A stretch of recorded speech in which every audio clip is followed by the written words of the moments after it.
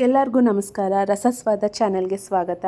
ಇವತ್ತು ಅವಲಕ್ಕಿಯಲ್ಲಿ ಬಿಸಿಬೇಳೆ ಬಾತ್ ಮಾಡೋದು ಹೇಗೆ ಅಂತ ನೋಡೋಣ. ಮೊದಲಿಗೆ 1 ಕಪ್ಪಷ್ಟು ಬೇಳೆನ ತೊಗೊಂಡು ತೊಳ್ಕೊಂಡಿದ್ದೀನಿ. ಅದಕ್ಕೆ ನಿಮ್ಗೆ ಇಷ್ಟ ಆಗಿರೋ ತರಕಾರಿಗಳನ್ನ ಹಾಕ್ಕೋಬೋದು. ನಾನಿಲ್ಲಿ ಹುರುಳಿಕಾಯಿ, ಕ್ಯಾರೆಟು, ಗೆಡ್ಡೆಕೋಸನ್ನ ತೊಗೊಂಡಿದ್ದೀನಿ. ಅದ್ರ ಜೊತೆಗೆ ಸ್ವಲ್ಪ ಬಟಾಣಿ ಮತ್ತು ಸ್ವಲ್ಪ ಕಡಲೆಕಾಯಿ ಬೀಜ, ಅದ್ರ ಜೊತೆಗೆ 2 ಟೊಮೆಟೊನ ಕಟ್ ಮಾಡಿ ಹಾಕ್ಕೊಂಡು ಕೂಗಿಸ್ಕೊಂಡಿದ್ದೀನಿ, ಒಂದೇ ವಿಷಲ್ ಅಷ್ಟೇ.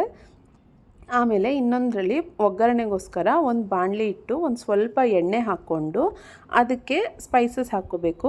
ಮರಾಠಿ ಮೊಗ್ಗು 3, ಒಂದು ಅನಾನಸ್ ಹೂವು 2 ಮತ್ತು ಜಾಪತ್ರೆ ಸ್ವಲ್ಪ. ಇದು ಬಿಸಿಬೇಳೆ ಬಾತ್ಗೆ ತುಂಬ ಒಳ್ಳೆ ಫ್ಲೇವರ್ ಕೊಡುತ್ತೆ. ಹಾಗಾಗಿ ನಾನು ಇಷ್ಟು ಮಾತ್ರ ಹಾಕ್ಕೊಂಡಿದ್ದೀನಿ, ಬೇರೆ ಯಾವುದು ಚಕ್ಕೆ ಲವಂಗ ಎಲ್ಲ ಹಾಕ್ಕೊಂಡಿಲ್ಲ. ಆಮೇಲೆ ನಾನಿಲ್ಲಿ ನಾಟಿ ಈರುಳ್ಳಿನ ಹಾಕ್ಕೋತಾ ಇದ್ದೀನಿ. ಇದು ಟೋಟಲಿ ಆಪ್ಷನಲ್ಲು. ಈರುಳ್ಳಿ ಇಷ್ಟ ಇಲ್ಲ ಅಂದರೆ ಸ್ಕಿಪ್ ಮಾಡ್ಬೋದು. ಅದಾದಮೇಲೆ ಕರ್ಬೇವಿನ ಸೊಪ್ಪು, ಆಮೇಲೆ ಇಂಗು ಮತ್ತು ಸಾಸಿವೆನ ಹಾಕ್ಕೋತಾ ಇದ್ದೀನಿ ಒಗ್ಗರಣೆಗೆ. ಇದಾದಮೇಲೆ ಒಂದು 2 ಬ್ಯಾಡಗೆ ಮೆಣಸಿನ್ಕಾಯಿನ ಹಾಕ್ಕೊಂಡಿದ್ದೀನಿ. ಆಮೇಲೆ ಕ್ಯಾಪ್ಸಿಕಮ್ ಹಾಕ್ಕೋಬೇಕು. ಬಿಸಿಬೇಳೆ ಬಾತ್ಗೆ ಕ್ಯಾಪ್ಸಿಕಮ್ಮೇ ತುಂಬ ಒಳ್ಳೆ ಫ್ಲೇವರ್ ಕೊಡುತ್ತೆ. ಹಾಗಾಗಿ ಕ್ಯಾಪ್ಸಿಕಮ್ ಮಿಸ್ ಮಾಡಬೇಡಿ. ಕ್ಯಾಪ್ಸಿಕಮ್ ಹಾಕ್ಕೊಂಡು ಆಮೇಲೆ ನಾನು ಟೊಮೆಟೊ ಏನು ಬೇಯಿಸ್ಕೊಂಡಿದ್ನಲ್ಲ ಬೇಳೆ ಜೊತೆ, ಅದನ್ನು ಇದಕ್ಕೆ ಹಾಕ್ಕೊಂಡು ಚೆನ್ನಾಗಿ ಸ್ಮ್ಯಾಶ್ ಮಾಡ್ಕೋಬೇಕು. ಒಂದು ಸ್ವಲ್ಪ ಕ್ರಂಚಿಯಾಗೇ ಇರಲಿ ಕ್ಯಾಪ್ಸಿಕಮ್, ಅಂದರೆ ಸ್ವಲ್ಪ ಹುರ್ಕೊಂಡ್ರೆ ಸಾಕಾಗುತ್ತೆ. ಇಲ್ಲ ಚೆನ್ನಾಗಿ ಬೇಯಬೇಕು ಅಂದರೆ ಒಂದು 2-3 ಸ್ಪೂನಷ್ಟು ನೀರು ಹಾಕ್ಕೊಂಡು ಚೆನ್ನಾಗಿ ಬೇಯಿಸ್ಕೊಂಡ್ರೆ ಆಯಿತು. ಅದಾದಮೇಲೆ ಬಿಸಿಬೇಳೆ ಬಾತ್ ಪೌಡರ್ ಹಾಕ್ಕೋತಾ ಇದ್ದೀನಿ. ನಾನಿಲ್ಲಿ MTR ಅವ್ರದ್ದೇ ಬಿಸಿಬೇಳೆ ಬಾತ್ ಪೌಡರ್ ಬಳಸ್ತಾ ಇದ್ದೀನಿ. ಮನೇಲಿ ಮಾಡಿದ್ದು ಖಾಲಿಯಾಗಿತ್ತು. ಇದು ತುಂಬ ಚೆನ್ನಾಗಿ ಬರುತ್ತೆ. 2 ಸ್ಪೂನಷ್ಟು MTR ಬಿಸಿಬೇಳೆ ಬಾತ್ ಪೌಡರ್ ಹಾಕ್ಕೊಂಡು, ಅದಾದಮೇಲೆ ಸ್ವಲ್ಪ ಹುಣಸೆಹಣ್ಣು ರಸ, ಅದಾದಮೇಲೆ ಬೆಲ್ಲ, ಇದನ್ನು ಹಾಕ್ಕೊಂಡು ಚೆನ್ನಾಗಿ ಖಾರ ಕುದಿಸ್ಕೋಬೇಕು.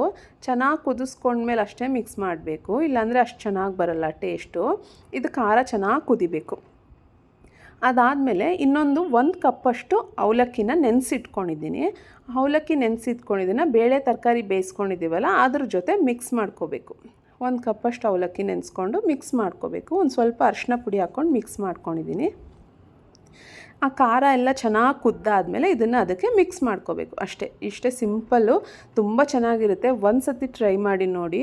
ನೆಕ್ಸ್ಟ್ ಟೈಮಿಂದ ಅನ್ನದಲ್ಲಿ ಮಾಡೋದೇ ಇಲ್ಲ, ಯಾವಾಗೂ ಅವಲಕ್ಕಿಲೇ ಮಾಡ್ಕೊತೀರಾ, ಅಷ್ಟು ಚೆನ್ನಾಗಿ ಬರುತ್ತೆ ಟೇಸ್ಟ್. ಇದು ಅವಲಕ್ಕಿ ಆಗಿರೋದ್ರಿಂದ ಒಂದು ಸ್ವಲ್ಪ ಬೇಗ ಗಟ್ಟಿ ಆಗಿಬಿಡುತ್ತೆ ಇದು. ಹಾಗಾಗಿ ಸ್ವಲ್ಪ ತೆಳು ಕನ್ಸಿಸ್ಟೆನ್ಸಿಲೇ ಇರಲಿ. ಆಮೇಲೆ ಇದಕ್ಕೆ ಒಂದು ಸ್ವಲ್ಪ ತುಪ್ಪ ಮತ್ತು ಕೊತ್ತಂಬರಿ ಸೊಪ್ಪು ಹಾಕಿ ಸರ್ವ್ ಮಾಡಿದ್ರೆ ಆಯಿತು, ರೆಡಿ. ತುಪ್ಪನೂ ತುಂಬ ಒಳ್ಳೆ ಫ್ಲೇವರ್ ಕೊಡುತ್ತೆ.